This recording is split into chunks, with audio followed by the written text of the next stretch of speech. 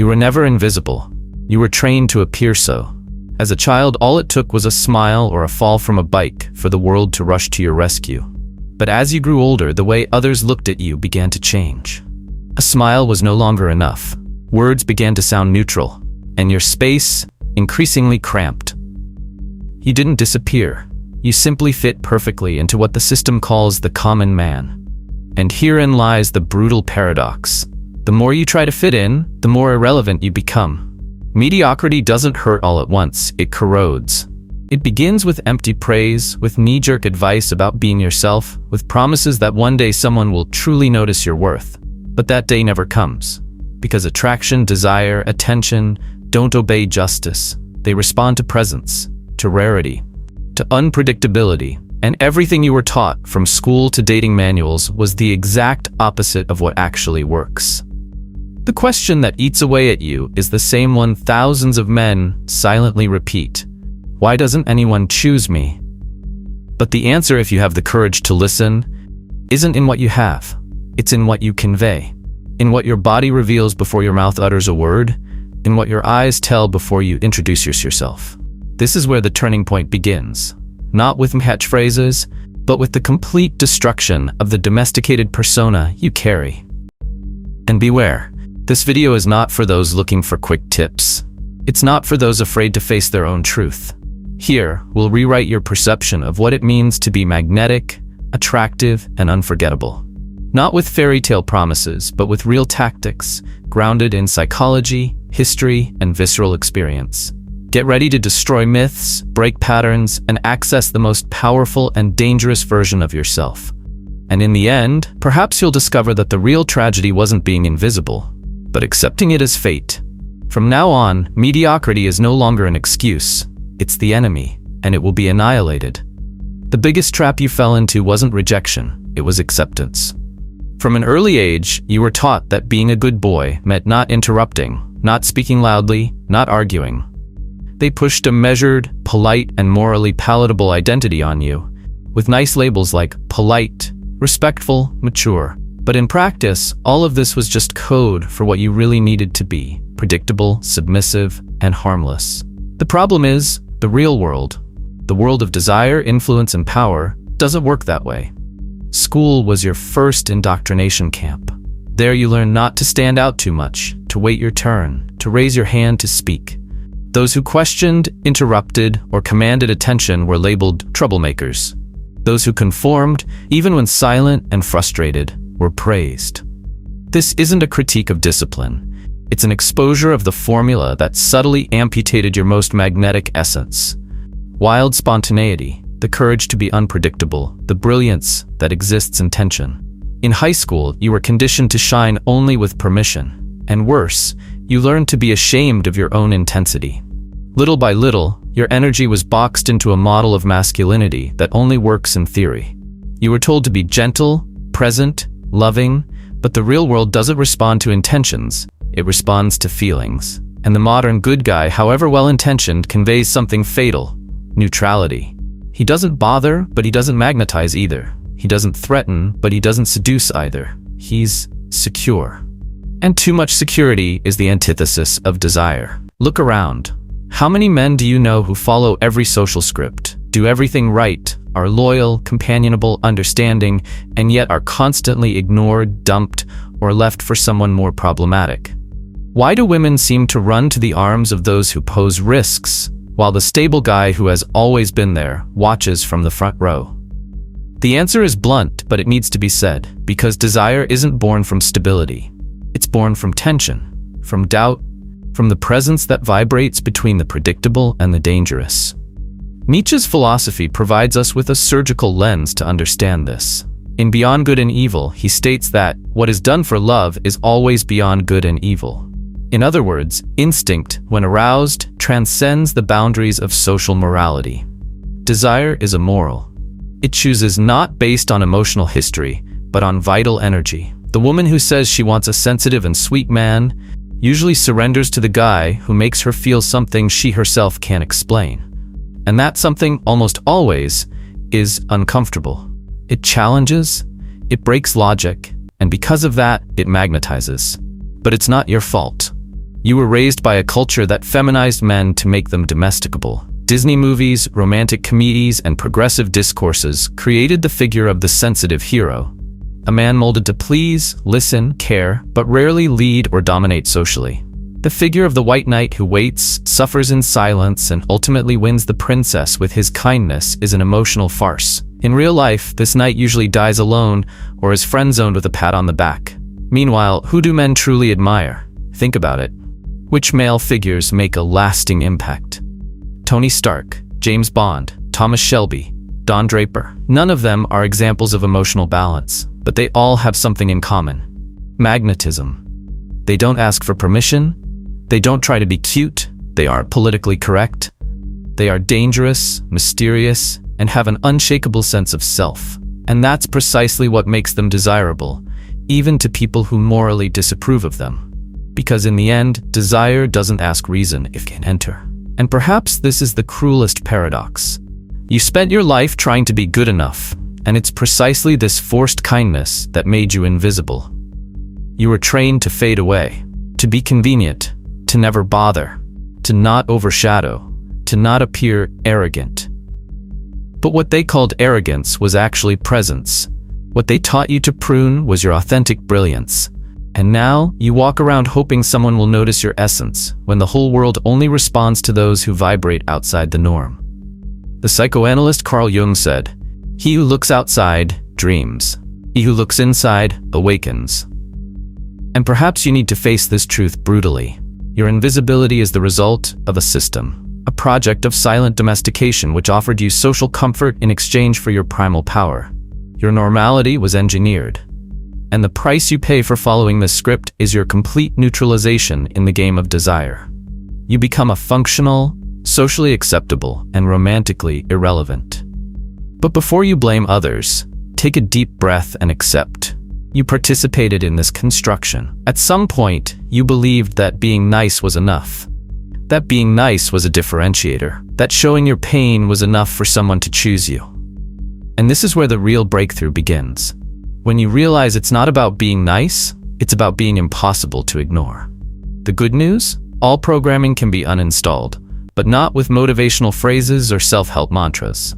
What you need now is brutality, clarity, practical tactics to break the domesticated persona and rebuild the presence of a man who is seen, remembered, and desired. The transformation begins the moment you realize that being invisible isn't bad luck. It's a pattern. And patterns, no matter how deep, can be destroyed. Let's delve into a dark concept of attraction now. Understand, she can't explain why she felt attracted. She can't pinpoint the exact moment she lost control of her own will. But something about that guy, perhaps the tone of his voice, the way he looked and then looked away, the slight insolence in his smile, stirred something that lives beneath her conscious awareness. And suddenly, the conversation with the nice, available guy next to her seemed dull, lifeless, lacking magnetism.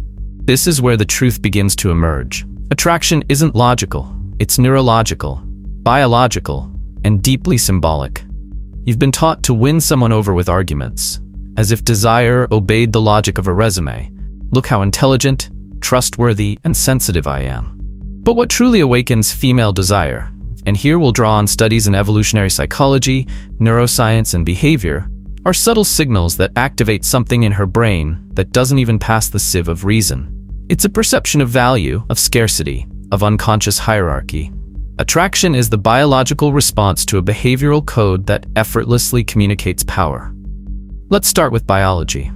When a woman sees a man as attractive, her brain activates areas related to anticipation and reward, not logic. A Rutgers University study, led by neuroscientist Helen Fisher, showed that intense attraction activates the same neural centers as chemical dependency. This means that the enchantment a woman feels for a magnetic man is literally addictive. And like any addiction, it doesn't have to make sense. It needs to evoke sensations. And what causes this activation? The triad of male magnetism: presence, unpredictability, and mystery. Presence is the opposite of anxiety. It's when the man is there, completely unapologetic for existing, without seeking validation with his eyes, without rushing to fill silences. Unpredictability is the break from the emotional routine. It's when she doesn't know if he'll compliment or tease, if he'll open up or maintain mystery. This creates tension, and tension is the heart of attraction. Mystery is the gap between what he reveals and what he hides. It's what forces her mind to fill with imagination, and anything involving imagination is far more powerful than anything explicit. The problem is that average men want to be understood. Magnetic men, on the other hand, want to be deciphered. They know the secret isn't to talk more, but to say less with more intention. They're not trying to justify themselves. They're busy being read as enigmas. Robert Greene, in The Art of Seduction, unravels this phenomenon precisely. He explains that the true seducer conquers not through strength or beauty, but through ambiguity. A look that mixes kindness with disdain. A line that reveals a fragment and hides 3 layers. He generates doubt, and doubt seduces. As Greene states, successful seduction begins with your personality, with your ability to radiate a quality that attracts people and stirs their emotions in a way they can't control. That's it. Seduction isn't about controlling the other person. It's about inducing a voluntary loss of control. Want a concrete example? Think of Don Draper from the series Mad Men. He's cold, withdrawn, unpredictable, and even when he's silent, you feel his presence. It's not about extroverted charisma, it's about restrained intensity. He doesn't seek approval, he exudes value. And perceived value in the context of attraction is directly linked to scarcity. What's too readily available is devalued. What's difficult to access, emotionally or symbolically, awakens desire. This is why the all-in logic so prevalent in romantic advice is a shot in the foot. Showing all your cards at once kills the mystery. And mystery is what keeps the game moving. What keeps the other person interested isn't certainty, it's the tension of uncertainty. But be careful, this isn't manipulation, this is social art. Manipulation is pretending to be something you're not. Seducing intelligently means exploring real aspects of yourself, but in a strategic, ritualistic way, almost like a sacred game. It's orchestrating emotions without needing to control thoughts. Now let's bring in a bit of raw sociology. In any environment, there's an invisible social field, a silent game of power, influence, and desire. And in it, the magnetic man isn't the most handsome, the strongest, or the funniest. He's the one who alters the field. He enters a room, and something changes. People look, pause, adjust. It's as if his mere presence imposes a new rhythm. This doesn't come from the volume of his voice. It comes from internal control, from the alignment of body, speech, and intention. It comes from the lack of rush. Have you ever noticed how the most desirable men don't need to rush? They move with calculated slowness. This is neurological reading. The brain interprets calm movements as signs of security and dominance. It's pure animal behavior. The alpha doesn't need to prove himself. That's why desperate men lose. Haste communicates fear. And fear, however camouflaged as friendliness, is perceived as weakness. Let's get to the hard part now. The more you try to please, the more you push away. Desire isn't born from passive kindness, it's born from contrast, from the tension between what you offer and what you withhold. Think of great historical figures of seduction. Casanova, Lord Byron, Cleopatra. None of them were perfect, but they all mastered the art of evoking contradictory emotions.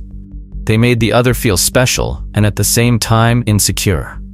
This subtle game of validation and distance, presence and absence, heat and coldness, activates one of the most powerful mechanisms of the human mind: intermittent addiction. It's like a reward machine. When you never know what you're going to get, a compliment, a tease, an enigmatic silence, you get caught up in the game. Your brain is biologically drawn to broken emotional patterns. And this, my friends, is exactly what seducers master. They're not consistent, they're intentionally variable. And herein lies the fatal flaw of most good men. They're predictable. Their speech follows scripts. Their gestures betray anxiety. Their intentions are too obvious. They give everything away too soon. They cease to be a challenge and become an emotional mirror. And desire isn't born from similarity. It's born from the tension of difference.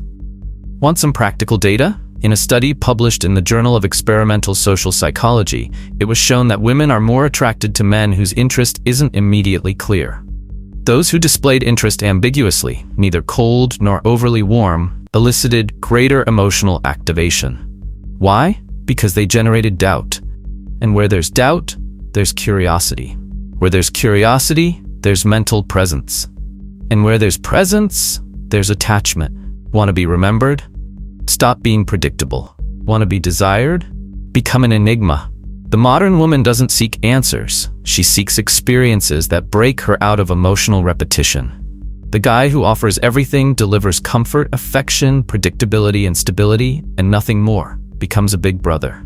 The guy who offers intensity, silence, strategic vulnerability, and sharp humor, he becomes an addiction. And if you're thinking, so I have to pretend to be someone I'm not? The answer is brutal. Maybe you need to stop being what you thought you should be. The domesticated version of you was built to survive. The version that attracts, that impacts, that is remembered, needs to be rebuilt with new codes, not to fit in, but to master your own energy field.